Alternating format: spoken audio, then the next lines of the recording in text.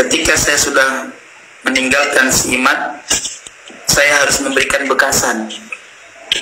Ya, saya harus memberikan bekasan goresan pedang untuk si Imat. Dan apapun yang terjadi, saya sudah memberikan bekasan goresan pedang kepada jidat si Imat. Itu aja.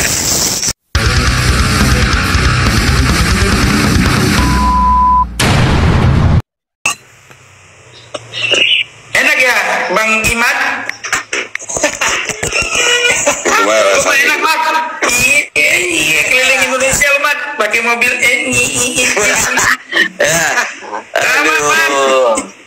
Nah, sekarang gua, lu lihat, Mat. Demi Allah, Mat. Nih, lu lihat ya. Gua bukan bersumpah tadi kata-kata ya. Rekam yang banyak. Ayo. Rekam ayo, Imat. Kalau benar, Mat. Ya. Pemikiran lu yang sekarang sudah menjalar di masyarakat, ya, yang sudah terpengaruh beberapa orang banyak berdasarkan Futuhatul Rabbaniyah, enggak bakal ruka. Tapi lu lihat gua nanti. Kalau memang lisan gua, omongan gua adalah merupakan Futuhatul Rabbaniyah, walau kana annani minal fasiqin, Allah akan memperlihatkan kemenangan Ba'alawi. Salam Nabi Muhammad. Hidup persoalan nasab ini bagaikan film India. India itu anak muda itu kalah. Penjahat selalu di dalam perjalanan awal, tetapi ending akhirnya rontok pada perjalanan akhir. Ya, ini Mat, lo menafikan gua nggak masalah, Mat.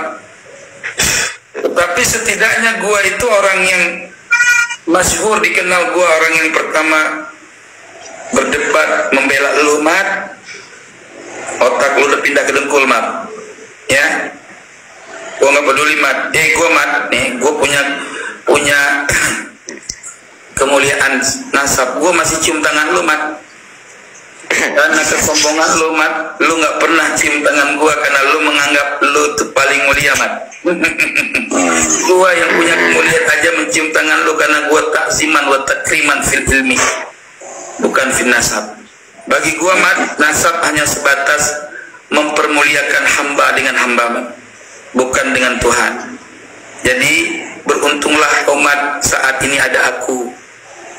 Ya, setelah aku tinggalkan, kau lihat, Mat. Ya, gua bingung nih sama Mukimat, kenapa pada bingung, pada takut, kenapa sih? Bapak kehilangan anak, Beb. Ada saksi, ada saksi ya. Itu Bagus Pelituk, nih yang ngomong. Itu Bagus Pelituk, kenal kali ya? Bagus Pelituk tahu ya? Nah, tuh Bagus Pelituk, tuh Bagus Imam Ibrahim, lu boleh tanya, bagaimana statement gua berubah? Nggak berubah. Gue bilang, bagus naik saya, itu bagus. Mana tuh bagus? Berkata sama dia. Bagus ini coba naikin. Saya masih meneliti. Coba naikin kami ya. Saya meneliti, Bang, nggak bakal putus karena saya ingin tahu bener nggak nih, Bang. Kan lu mendukung tesis, ya gue kan terikat, Bang. Makanya gue berusaha untuk mencari kebenaran dengan segala macam pengetahuan yang gue miliki.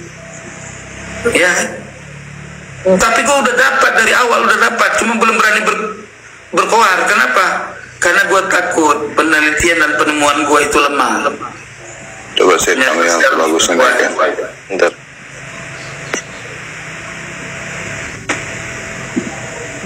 Jadi jangan lo pikir gue salah melangkah.